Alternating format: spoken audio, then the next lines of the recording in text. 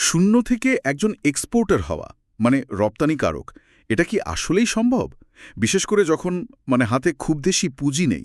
আমাদের হাতে আজকে এমনই একজন গল্প আছে যিনি মালয়েশিয়ায় পড়তে গিয়েছিলেন আর পড়াশোনা শেষ হওয়ার আগেই বাংলাদেশ থেকে পণ্যভর্তি একটা পুরো কন্টেনার রপ্তানি করে ফেলেছেন। আজকের আলোচনায় আমরা শুধু এই গল্পটা শুনব না, বরং এর ভেতরের কৌশলটা একটু ব্যবচ্ছেদ করে দেখব। কিভাবে কোনো পূর্ব অভিজ্ঞতা বা বিনিয়োগ ছাড়াই আন্তর্জাতিক বাণিজ্যের মতো একটা জায়গায় ঢোকা যায়, চলুন সেই দিকটা একটু গভীরভাবে দেখি। এটা আসলে একটা দারুণ কেস স্টাডি। কারণ এক্সপোর্ট শব্দটা শুনলেই আমাদের মাথায় কি আসে? বিশাল বিনিয়োগ, সরকারি অফিসের পর অফিস ঘোরাঘুরি আর অনেক বড় কোম্পানির ছড়ি। এই গল্পটা সেই ধারণাটাকে একদম ভেঙে দেয়। এটা দেখায় যে সঠিক প্রক্রিয়া আর মানসিকতা যদি থাকে, তাহলে একজন সাধারণ তরুণের পক্ষেও বিশ্ববাজারে ঢোকা সম্ভব। গল্পের যে মূল চরিত্র মানিকুর রহমান, উনি তো মালয়েশিয়া গিয়েছিলেন কম্পিউটার সায়েন্স পড়তে। কিন্তু তার এই উদ্যোক্তা হওয়ার শুরুটা হয়েছিল ভার্সিটির পড়ার ফাঁকে একটা পার্ট টাইম জব দিয়ে। তিনি মালয়েশিয়ারই একটা আমদানি রপ্তানি কোম্পানিতে পারচেজ ম্যানেজার হিসেবে কাজ শুরু করেন। এখানেই তো গল্পের প্রথম মোড়, তাই না? একদম। এটাকে একটা অ্যাক্সিডেন্টাল অ্যাপ্রেন্টিসশিপ বলা যেতে পারে। তিনি কিন্তু হুট করে ব্যবসায় ঝাঁপ দেননি। এই চাকরিটা ছিল তার জন্য একটা লাইভ ট্রেনিং গ্রাউন্ড। আমাদের হাতে থাকা তথ্য থেকে যেটা স্পষ্ট বোঝা যায়, তিনি এই চাকরির সুবাদে হাতে কলমে পুরো সাপ্লাই চেনটা শিখেছেন। ভিয়েতনাম, পাকিস্তান, দুবাই, কানাডার মতো দেশের সাপ্লায়ার্সদের সাথে কিভাবে কথা বলতে হয়, দর কষাকষি করতে হয়, সেই নেটওয়ার্কটা তৈরি করেছেন। মাইনের বিনিময়ে তিনি শুধু কাজ করছিলেন না, তিনি আসলে জ্ঞান আর নেটওয়ার্কের একটা পুঁজি তৈরি করছিলেন। হুম। এই উদ্যোক্তা নিজে একটা শব্দের উপর খুব জোর দিয়েছেন, হিম্মত। মানে সাহস আর কি। তিনি বলছেন আশেপাশের মানুষ অনেক নেতিবাচক কথা বলবে, কিন্তু নিজের ওপর বিশ্বাস রাখাটাই আসল। কিন্তু শুধু সাহস দিয়ে তো আর কন্টেনার লোড করা যায় না। এই সাহসের সাথে আর কি প্রয়োজন? এখানে হিম্মতের ধারণাটা খুব গুরুত্বপূর্ণ। বিখ্যাত বই থিঙ্ক অ্যান্ড গ্রো রিচের মূল দর্শনটাই কিন্তু এটা। আগে আপনাকে বিশ্বাস করতে হবে যে এটা সম্ভব। এই উদ্যোক্তার ক্ষেত্রেও তাই ঘটেছে। তিনি শুধু স্বপ্ন দেখেননি, চাকরির অভিজ্ঞতার কারণে তার মধ্যে একটা বিশ্বাস জন্মেছিল যে এই কাজটা আমি জানি, আমি এটা পারব। এই আত্মবিশ্বাসটাই হল সাহসের আসল ভিত্তি। এটা শুধু মানসিক শক্তি না, এটা অর্জিত জ্ঞানের একটা প্রতিফলন। বেশ, তাহলে সাহস আর অভিজ্ঞতা, এই দুটো ভিত্তি তো তৈরি হলো। কিন্তু এরপরই তো আসে আসল বাধাগুলো। প্রথমত সরকারি কাগজপত্র, লাইসেন্স, এইসব বেশিরভাগ মানুষ তো এখানেই ভয় পেয়ে যায়। ঠিক। আর এই কেস স্টাডি থেকে জানা যায়, এই প্রক্রিয়াটা বাইরে থেকে যতটা জটিল মনে হয়, ভেতরটা ততটা ভয়ের নয়। মূল জিনিসটা হলো পুরো প্রক্রিয়াটা জানা। কখন কোন কাগজটা লাগবে, কোথায় যেতে হবে।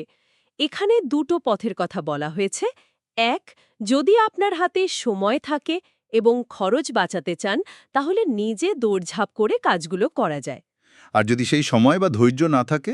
তাহলে দ্বিতীয় পথটা হল একজন C&F এজেন্টের সাহায্য নেওয়া। এতে খরচ কিছুটা বাড়লেও পুরো প্রক্রিয়াটা অবিশ্বাস্য রকম সহজ হয়ে যায়। নতুনদের জন্য এটা একটা লাইফ সেভারের মতো। এই C&F এজেন্ট জিনিসটা একটু পরিষ্কার করা দরকার। এটা আসলে কি? তারা ঠিক কি কাজ করে? অবশ্যই, CNF হল ক্লিয়ারিং অ্যান্ড ফরওয়ার্ডিং এজেন্ট। তাদের মূল কাজই হল আপনার হয়ে কাস্টমসের সমস্ত ফর্ম্যালিটিস সামলানো। ধরুন, বিল অফ এন্ট্রি তৈরি করা, ডিউটি বা শুল্ক দেওয়া, এবং সবশেষে বন্দর থেকে পণ্য ছাড়িয়ে আনা বা জাহাজে তোলার ব্যবস্থা করা। এই নিয়ম কানুনের জালে একজন নতুন উদ্যোক্তা আটকে গেলে অনেক সময় নষ্ট হয়। একজন ভালো এজেন্ট এই পুরো মাথা ব্যথাটা নিজের কাঁধে নিয়ে নেয়। আচ্ছা, তাহলে কাগজপত্রের দৈত্যটাকে সামলানোর একটা উপায় পাওয়া গেল। কিন্তু এরপর যে দৈত্যটা আসে সেটা তো আরও বড়, বিনিয়োগ পুঁজি। এই উদ্যোক্তা একজন ছাত্র ছিলেন, তার কাছে তো আর কোটি টাকা ছিল না। তাহলে এই টাকার বাধাটা তিনি কিভাবে পার করলেন? এখানেই এই বিজনেস মডেলটার সবচেয়ে আকর্ষণীয় দিকটা লুকিয়ে আছে। এটা প্রচলিত ব্যবসার ধারণাকে পুরোপুরি উল্টে দেয়। সাধারণত একজন উদ্যোক্তাকে আগে নিজের বা ধার করা টাকা দিয়ে পণ্য বানাতে হয়, তারপর সেই পণ্য নিয়ে ক্রেতার পেছনে ছুটতে হয়। কিন্তু এই মডেলে বাজারই আপনার ব্যবসার পুঁজি দিচ্ছে। এক মিনিট, আমি কি ঠিক শুনলাম? বাজার পুঁজি দিচ্ছে? এর মানে কি? এর মানে হল বিদেশি ক্রেতা বা বায়ার যখন পণ্যের অর্ডার দেন তখন চুক্তির অংশ হিসেবে অগ্রিম টাকা পাঠিয়ে দেন। সেটা হতে পারে মোট মূল্যের 30%, 50%, কোনো কোনো ক্ষেত্রে 100%। এই গল্পে আমরা দেখতে পাই বায়ারের কাছ থেকে পাওয়া অগ্রিম টাকা দিয়েই মানিকুর রহমান বাংলাদেশ থেকে পণ্য কিনেছেন, প্যাকিং করেছেন এবং বাকি খরচ মিটিয়েছেন। অর্থাৎ তার নিজের পকেটের টাকার ওপর চাপটা প্রায় ছিলই না। এটা তো অবিশ্বাস্য শোনাচ্ছে, কিন্তু একজন বিদেশি ক্রেতা একজন নতুন অপরিচিত রপ্তানিকারককে কোনো পণ্য হাতে পাওয়ার আগেই কেন টাকা দেবেন? মানে বিশ্বাসের সম্পর্কটা কিভাবে তৈরি হয়? খুব যৌক্তিক প্রশ্ন। এই বিশ্বাসটা একদিনে তৈরি হয় না। চাকরির সুবাদে তার যে নেটওয়ার্ক তৈরি হয়েছিল ও আচ্ছা। সেটাই এখানে কাজে লেগেছে। সাধারণত এই ধরনের সম্পর্ক ছোট ছোট ট্রায়াল অর্ডারের মাধ্যমে শুরু হয়। প্রথমে হয়তো অল্প কিছু স্যাম্পল পাঠানো হলো, তারপর একটা ছোট কনসাইনমেন্ট। যখন বায়ার দেখেন যে আপনি কথা দিয়ে কথা রাখেন, পণ্যের মান ঠিক রাখেন এবং সময় মতো ডেলিভারি দেন, তখনই ধীরে ধীরে এই আস্থাটা তৈরি হয়। একবার আস্থা তৈরি হয়ে গেলে বড় অর্ডারের জন্য অগ্রিম টাকা দেওয়াটা আন্তর্জাতিক বাণিজ্যে খুবই স্বাভাবিক একটা প্রক্রিয়া।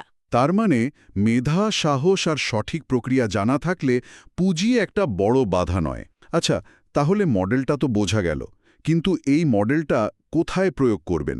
মানে কোন বাজারে পণ্য বিক্রি করবেন? এই উদ্যোক্তা মালয়েশিয়াকে কেন বেছে নিলেন? যে কোনো দেশে তো এটা করা যেত। এটা একটা মাল্টিকালচারাল হাব। সেখানে শুধু মালয়েশিয়ানরা থাকে না, বাংলাদেশ, ভারত, পাকিস্তান, নেপাল, মানে বহু দেশের বিশাল এক জনগোষ্ঠী বাস করে।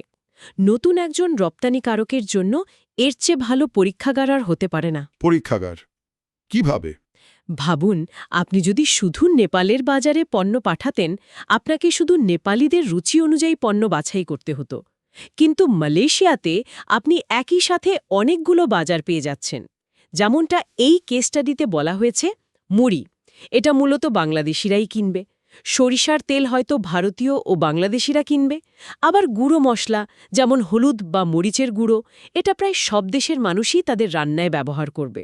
অর্থাৎ এক কন্টেনারেই আপনি ভিন্ন ভিন্ন জনগোষ্ঠীর জন্য ভিন্ন ভিন্ন পণ্য পাঠিয়ে আপনার বিক্রির সম্ভাবনা বহুগুণ বাড়িয়ে ফেলতে পারছেন। তার মানে উনি আসলে একটা মার্কেট প্লেস স্ট্র্যাটেজি নিয়েছেন, কোনো নির্দিষ্ট নিশ মার্কেট স্ট্র্যাটেজি নয়। এটা তো ঝুঁকি কমানোর একটা দারুণ উপায়। কিন্তু এর একটা উল্টো দিকও তো থাকতে পারে। এত দেশের এত পণ্য যেখানে আছে, সেখানে প্রতিযোগিতা তো অনেক বেশি হওয়ার কথা। এই তীব্র প্রতিযোগিতার বাজারে একজন নতুন খেলোয়াড় হিসেবে তিনি জায়গা করে নিলেন কিভাবে? এখানেই ব্যবসায়িক নৈতিকতা বা সততার প্রশ্নটি চলে আসে, যেটার উপর এই উদ্যোক্তা বারবার জোর দিয়েছেন।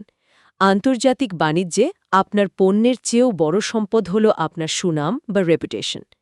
এই গল্পে একটা ভয়ানক উদাহরণ উঠে এসেছে, হলুদের গুঁড়োর সাথে ইটের গুঁড়ো মেশানোর মতো ঘটনা। ভাবুন একবার, সামান্য কিছু লাভের জন্য একজন ব্যবসায়ী শুধু তার নিজের নয়, পুরো দেশের সম্মানকে আন্তর্জাতিক বাজারে নিলামে তুলছে। এই ধরনের ঘটনা ঘটলে তো পুরো দেশের ব্যবসায়ীদের উপর থেকেই বিশ্বাস উঠে যায়। ঠিক তাই। একজন অসাধু ব্যবসায়ীর জন্য পুরো বাংলাদেশের রপ্তানিকারকদের প্রতি একটা অবিশ্বাস তৈরি হয়। এই উদ্যোক্তা শুরু থেকেই এই সুনামের পুঁজি তৈরির উপর জোর দিয়েছেন। তিনি বুঝেছিলেন তীব্র প্রতিযোগিতার বাজারে টিকে থাকার একমাত্র উপায় হল পণ্যের গুণগত মান এবং প্রতিশ্রুতি রক্ষা করা। যখন একজন বায়ার জানেন যে আপনার কাছ থেকে তিনি যা চেয়েছেন ঠিক তাই পাবেন, তখন তিনি হয়তো সামান্য বেশি দাম দিয়েও আপনার কাছ থেকে পণ্য কিনবেন।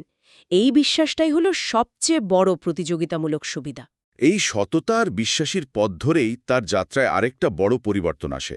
তিনি তো প্রথমে ব্যবসাটা শুরু করেছিলেন বাংলাদেশের কিছু প্রতিষ্ঠিত ব্র্যান্ডের পণ্য কিনে মালয়েশিয়ায় পাঠানোর মাধ্যমে। অর্থাৎ তিনি সোর্সিং করছিলেন। এটা তো বেশ নিরাপদ একটা পথ ছিল। হ্যাঁ, তিনি সজীব বা খানের মতো ব্র্যান্ডের পণ্য জোগাড় করে সেগুলোই রপ্তানি করছিলেন। কিন্তু একটা সময় এসে তিনি উপলব্ধি করলেন যে এই মডেলের লাভ এবং ব্র্যান্ডিং দুটোই তো সেই মূল কোম্পানির হচ্ছে। তিনি শুধু একজন মধ্যস্বত্বভোগী ট্রেডার। তার নিজের কোনো পরিচয় বা সম্পদ তৈরি হচ্ছে না। অন্যের ব্র্যান্ড বিক্রি করে তো আর দীর্ঘমেয়াদে টিকে থাকা কঠিন। এখানেই তো আসল উদ্যোক্তার মানসিকতার পরিচয় পাওয়া যায়। এটা একটা বিশাল ঝুঁকির সিদ্ধান্ত। নিজের ব্র্যান্ড তৈরি করা মানে তো প্যাকেজিং, মার্কেটিং, কোয়ালিটি কন্ট্রোল, এই সবকিছুর দায়িত্ব নিজের কাঁধে নেওয়া। এই ঝুঁকিটা নেওয়ার পেছনে মূল চালিকা শক্তি কী ছিল? মূল চালিকা শক্তি ছিল দীর্ঘমেয়াদী একটা অ্যাসেট বা সম্পদ তৈরি করার ইচ্ছা।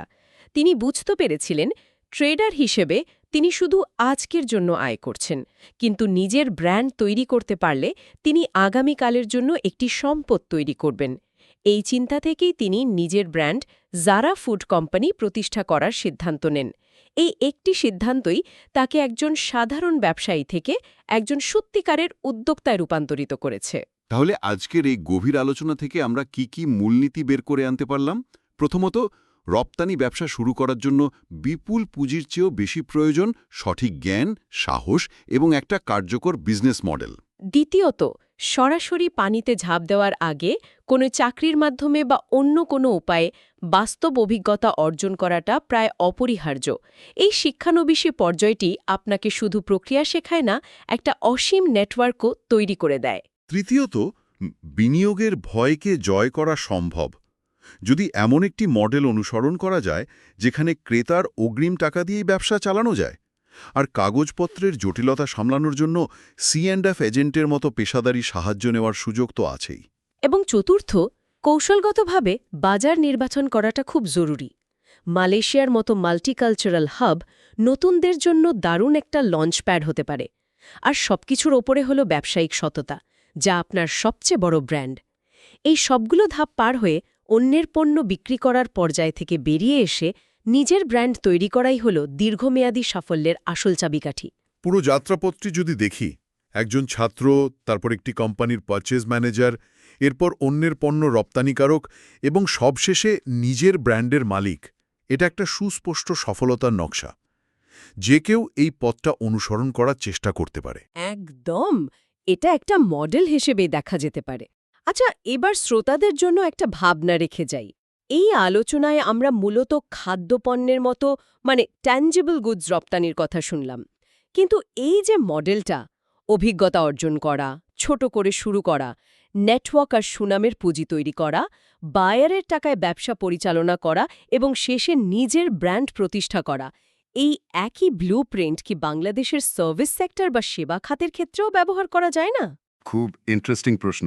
আমাদের দেশের একজন অত্যন্ত মেধাবী ফ্রিল্যান্স ডেভেলপার বা ডিজিটাল মার্কেটার কি এই একই পথ অনুসরণ করে বিশ্ববাজারে একজন সার্ভিস এক্সপোর্টার হিসেবে নিজেকে প্রতিষ্ঠিত করতে পারেন না, যেখানে তার পণ্য হল তার মেধা এবং সেবা? ভাবনার দরজাটা খোলা রইল।